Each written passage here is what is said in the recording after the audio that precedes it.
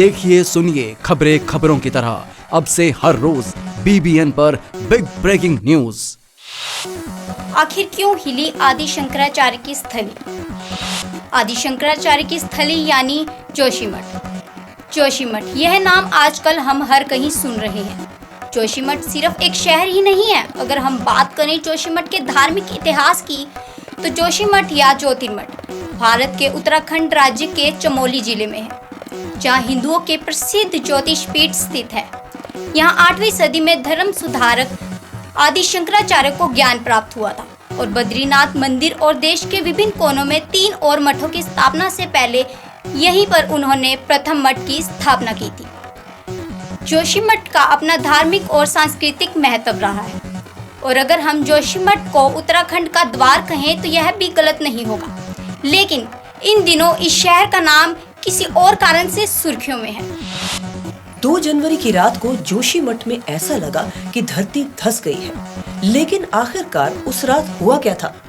शहर के केंद्र से थोड़ी दूर जेपी पावर प्लांट का कैंपस है, जहां कंपनी के कर्मचारी और इंजीनियर्स रहते हैं। 1 साल पहले यहाँ भी दरारें दिखनी शुरू हुई थी, लेकिन 2 जनवरी के वाकये ने दूसरी इमारतों में भी बड़ी बड़ी दरारें ला दी।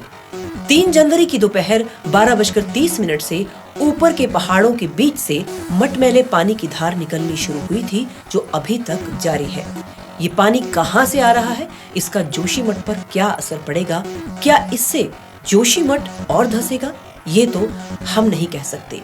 2 जनवरी की रात के बाद स्थानीय लोगों में रोष बढ़ गया है और दुकानों, गाड़ियों, घरों के बाहर सफेद कागज पर NTPC वापस जाओ लिखा हुआ मिल रहा है।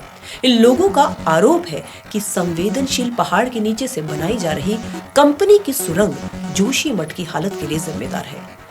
इस बात का केवल अनुमान ही लगाया जा सकता है, लेकिन इस बर्बादी का असली कारण क्या है, ये तो आने वाला वक्त ही बताएगा। बहुत से लोग इस समय जोशीमठ में मौजूद हैं, जो कारणों का पता लगा रहे हैं कि आखिरकार ये दरारें यहाँ पर क्यों आ रही हैं और आने वाले वक्त में जोशीमठ के साथ क्या हो सकता है। रिकॉर्ड्स के मुताबिक जोशीमठ में करीब 1800 भवन हैं और साल 2011 के आंकड़ों के मुताबिक यहाँ करीब 3900 परिवार रहते हैं।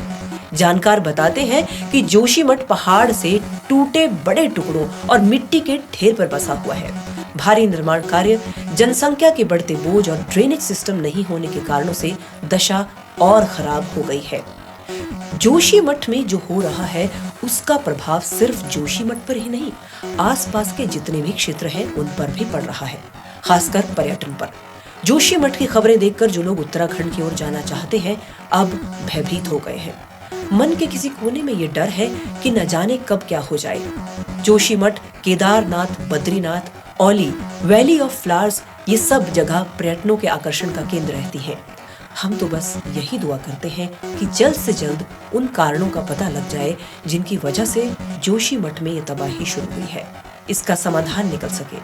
क्योंकि अपने घर की छत जब सर से छिन जाती है तो कैसा महसूस होता है, ये सोचकर भी हम सहर जाते हैं। खबरें अभी और भी हैं, बने रहिए हमारे साथ।